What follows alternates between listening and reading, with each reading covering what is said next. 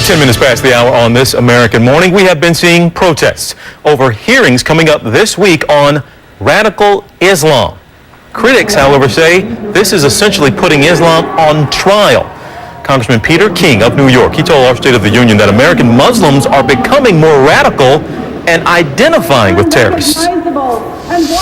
Eric Holder is not saying he's staying awake at night because of what's coming from anti-abortion demonstrators or coming from environmental extremists or from neo-Nazis. It's the radicalization right now in the Muslim community. John Napolitano said 2 weeks ago when she testified before our committee, the terror threat now is as high as it's been since September 11th because of domestic radicalization.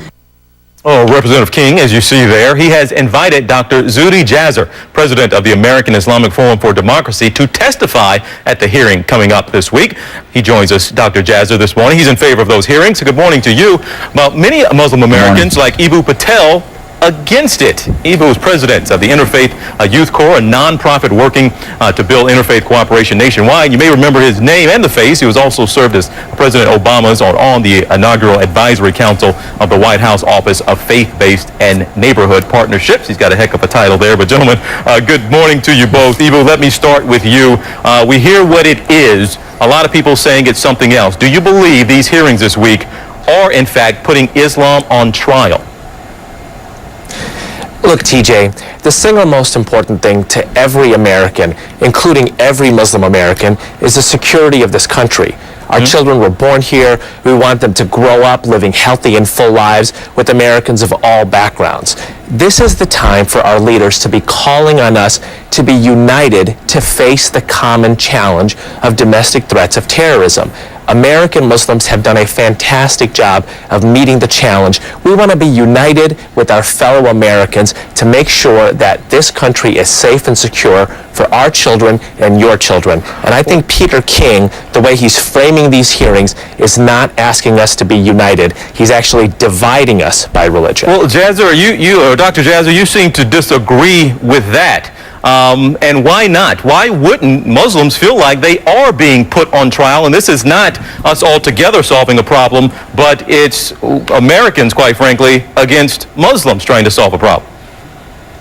Well, I can't tell you how much I disagree with that. In fact, this is an opportunity for American Muslims to show that we want to lead the fight to stop the radicalization. We've failed as a country in defeating radical Islamists, and we failed to find solutions, and it's time to have some hearings about this and figure out how we as Muslims can have a Muslim solution to this. This is not pulling Islam on trial or Muslims. In fact, it's an opportunity for us to fight this, to figure out the source. We have too long as a nation, TJ, been focused just on violence, that final step.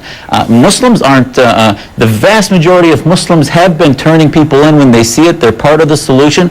But the ideology we've done nothing to counter. As Prime Minister Cameron said in England, we have fought those radicals swimming in the pool, but we have to drain the pool. And American Muslim communities, I think, have been too busy circling the wagons and inflaming this concept of anti-Muslim bigotry, etc., rather than dealing with criticism, reform, and I think that would be the best way to earn the respect and companionship of the rest of America.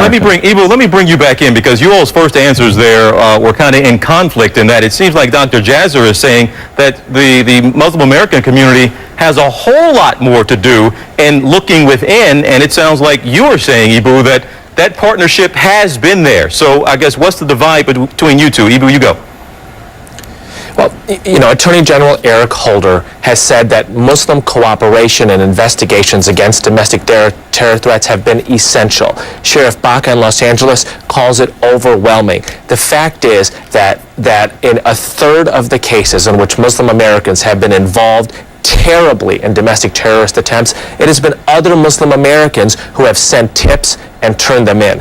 Listen, we want a safe country, and anybody who wants to threaten this country, if they use the prayer language of Arabic, which is my prayer language, they are twisting my faith, they are threatening my nation, they are endangering my children, they are my enemy. But Muslim Americans have to be invited to the table, as we have come to the table with such great alacrity in the past. We need to be united to face the common threat of a domestic threat. Dr. Jasser, you were invited here, and I don't want to put words in your mouth or characterize you, but would it be fair to say you are a conservative? My politics? Yes, I'm a conservative. You're conservative. But my reform... Your reform, go ahead.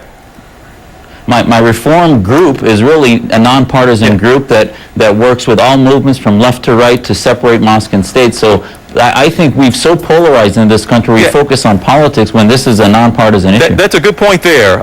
And you have said before that you are an American first and a Muslim second. Would you say that most Muslim Americans would agree with you in that sentiment, that they believe, yes, they are Muslim second, American first and foremost?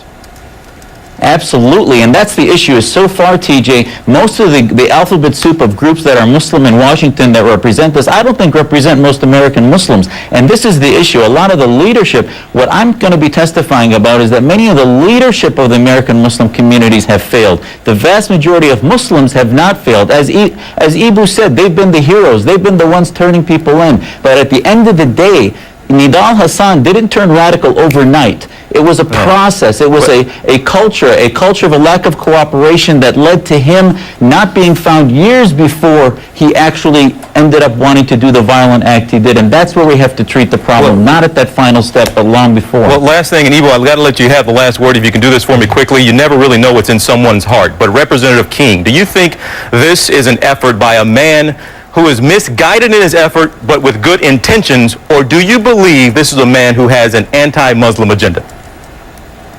I never impugn somebody's intentions. I always look to my fellow Americans and I expect the best from them and I hope the best for them. And in the next 3 days, I hope Peter King has something of a change of heart and he calls Americans to be united to face the common threat. American Muslims have so far been such important players in facing this common threat, and we want to continue to be that, and we look to our leaders to invite us, not to investigate us. Well, Dr. Jasser, I know you will be testifying. I believe that's on Thursday. Ibu Patel, I know you'll be watching closely, as we all will be doing. But gentlemen, thank you so much for being here. Hope to follow up with you on this.